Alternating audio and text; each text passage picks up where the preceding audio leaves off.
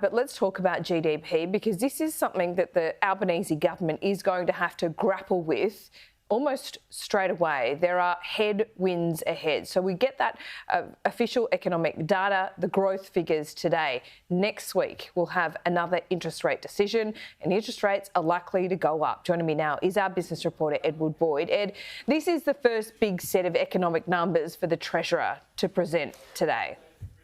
Yeah, look, he's only been in the job for less than 2 weeks and already gets the chance to present the GDP numbers for the March quarter. It only comes around 4 times a year, so he's sort of hitting the ground running in the new role. So the expectation from economists is the economy is going to be growing at a slightly slower pace than last quarter.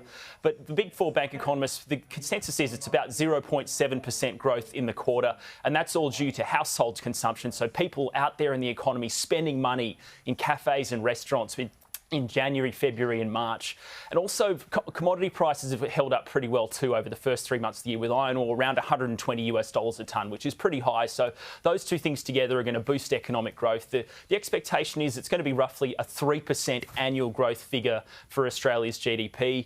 You can see that's the predictions there on the screen. They're all pretty much around that 0.7 for the quarter, roughly 3% for the year. So this is the first quarter of 2022. And as you said, Laura, there are a lot of headwinds the economy facing at the moment. We know inflation is going higher throughout the year. It's already at 5.1%. Headline inflation getting to 6% by the end of this year.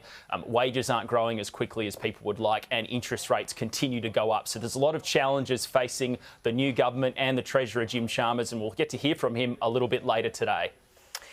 Yes, we will. Ed, let's talk about REA Group. They're saying that house prices have dropped nationally in May for the first time since the start of the pandemic.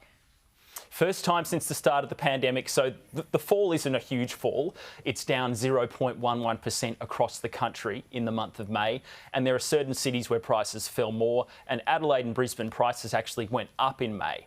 But we can put the chart on the screen just showing the dip in prices. You can see how much they rose towards the back end of 2020, and they've now started to cool off as we come into 2022.